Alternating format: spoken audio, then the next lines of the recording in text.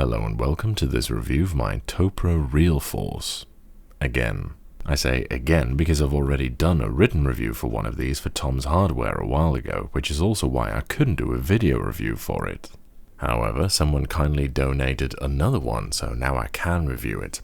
And that's kind of cool because in the Tom's Hardware reviews I wasn't allowed to give my opinion really. They were very dry, focused too much on the RGB stuff, and got rather boring to do after a while. So with that in mind, this will probably turn into a very different type of review.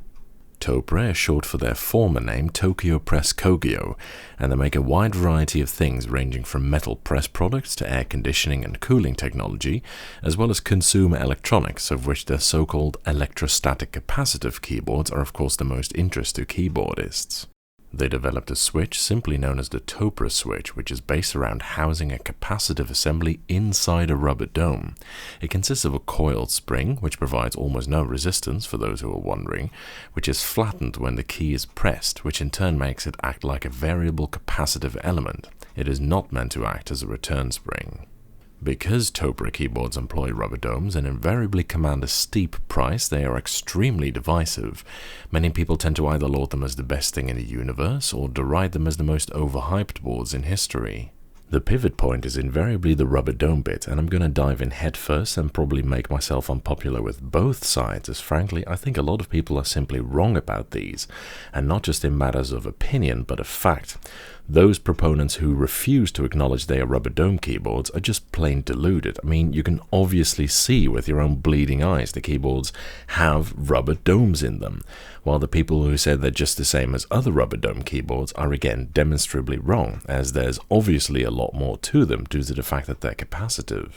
It's all part of the extremely bad term mechanical, for which there is no actual definition, and which many people view as a black and white mechanical good, non-mechanical bad situation, which I really think doesn't help the community. I mean, if it works well and it feels good, who cares how it works or what it's made out of, and whether it conforms to an arbitrary term for which there isn't even a definition in the first place. The way the capacitive sensing in this keyboard works is that two plates underneath the spiral spring detect the change in capacitance as the spring is flattened and register a key press. Although it's technically a dome with slider design at heart, its capacitive nature gives it a few properties that make it stand out from all other rubber dome keyboards. Topre are not the only ones who made capacitive switches, but considering IBM isn't making the Model F anymore, they are the most mainstream ones right now, I guess. Capacitive switches have several advantages over standard contact-based ones like Cherry MX and Alps SKCM. First of all, because capacitors act as diodes under a DC potential, it has inherent N-key rollover.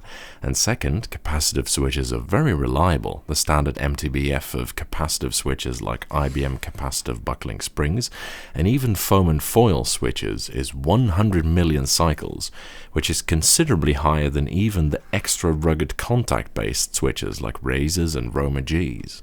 The lifetime of Topre switches is a lot harder to actually find out though. I've seen many different claims. Topre themselves claim 50 million on their website, but on this box it says 30 million, while some vendors claim 60 million or 50 million or 30 million or other random millions. Basically no one seems to be quite sure, and frankly it's doubtful how much the difference actually matters in real terms. One message you can take home is it's more durable than a standard rubber dome keyboard.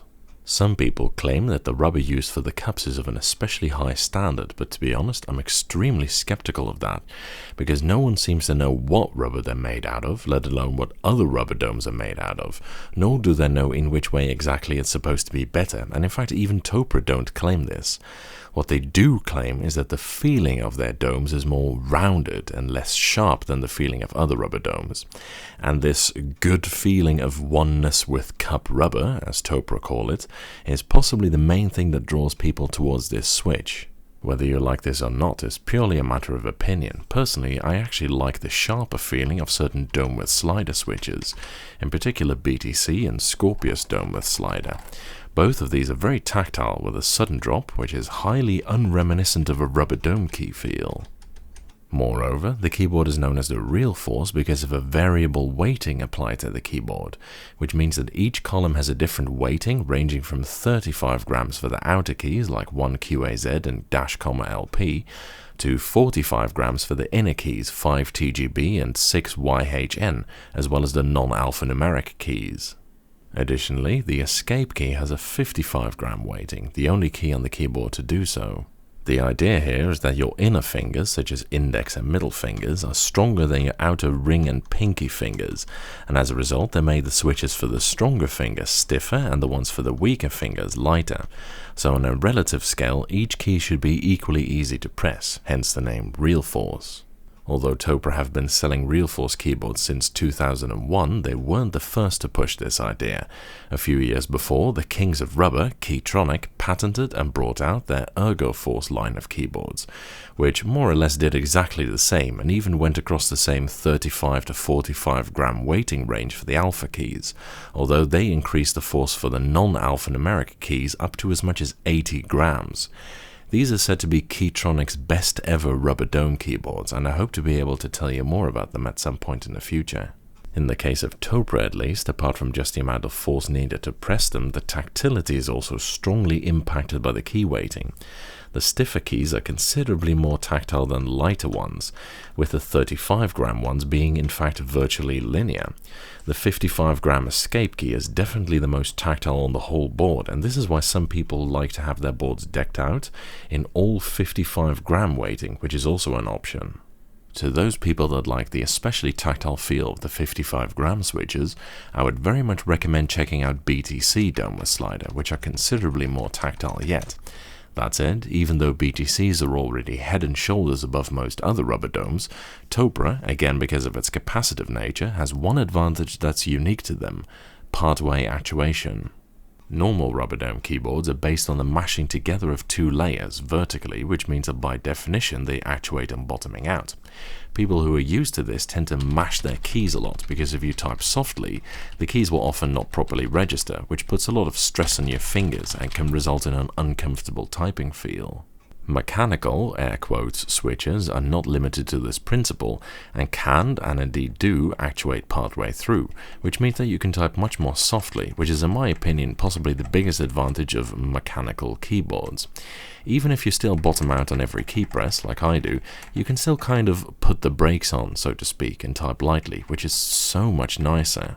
Topre's capacitive assembly affords it part-way actuation at 2.6 out of 4 mm travel, which is actually quite deep by the way. Most switches actuate between 1.5 and 2 mm.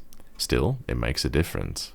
One small side note I should mention, on some rubber dome keyboards it feels like it actuates partway through, as you can kind of push it further, and this actually includes BTC Domeless Slider too. Whether you're not already squishing the rubber at this point is debatable though. Overall, I think it's actually a not unpleasant typing experience, but compared to an all 55 gram board, or especially one of the more tactile dome with slider alternatives, it feels lighter but closer to a normal rubber dome, whereas really tactile domes feel stiffer but more mechanical, so to speak. I can't tell exactly whether it's genuinely ergonomic to type on, but for what it's worth, when my RSI started to flare up, I switched to this keyboard, and it hasn't made it worse at least. I even type moderately quickly on it. For gaming, it's not bad at all. It even has N-key rollover for if you need it, but if you use the WASD cluster, do keep in mind you'll be using stronger fingers than intended for it, and the spacebar is somewhat easy to accidentally actuate with your thumb at just 45 grams. Overall, I like Topre. I think it's a good switch, but I don't think it's the be-all and end-all that some make it out to be. I gave it a shared 5th spot on my best tactile switch list, shared with BTC and Scorpius Dome with Slider, which I both find better feeling, but which don't have the capacitive advantages of Topre. Now, but the rest of the keyboard is actually built pretty well, with a thick steel mounting plate and no less than 38 screws holding the capacitive assembly together, and it's heavier than it looks at about 1.4 kilos. It feels tough and taut, and in fact I don't think I've ever seen one of these in particularly bad nick yet. The most common version is actually a 10 kilos, but this one is a full size, which is also why I got it, as its previous owner can't stand having a numpad. Personally, I find a full size much more useful, but it's one of those debates that will simply never end. It costs about $20 extra for a full size upgrade. It's got simple but functional flip-out feet, and a cable gutter, which is always nice, even though it has only 2 exits and no middle option, and the cable itself is reasonably thick as well. Overall, it feels like a quality product.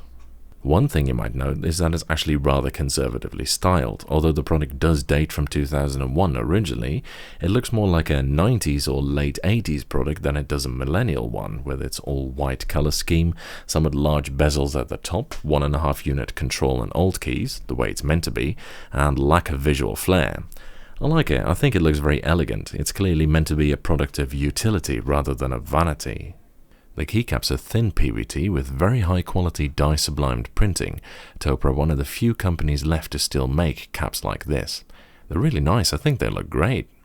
The spacebar is still ABS however, because it's hard to reliably mold large pieces of PVT without it shrinking or warping, so it tends to shine up faster than the other keys and it will yellow upon UV exposure. However, there are aftermarket PVT spacebars available at a cost. You can even get colored spacebars like this, which the previous user kindly sent along as well. You can even see on the red spacebar that some of this shrinkage and warpage has actually happened straight out of the factory. Topre even do, get this, black caps with black lettering.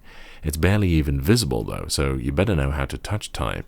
Overall, it's well built, looks pretty good, at least in my opinion. It's fairly reliable, and it's not bad to type or game on.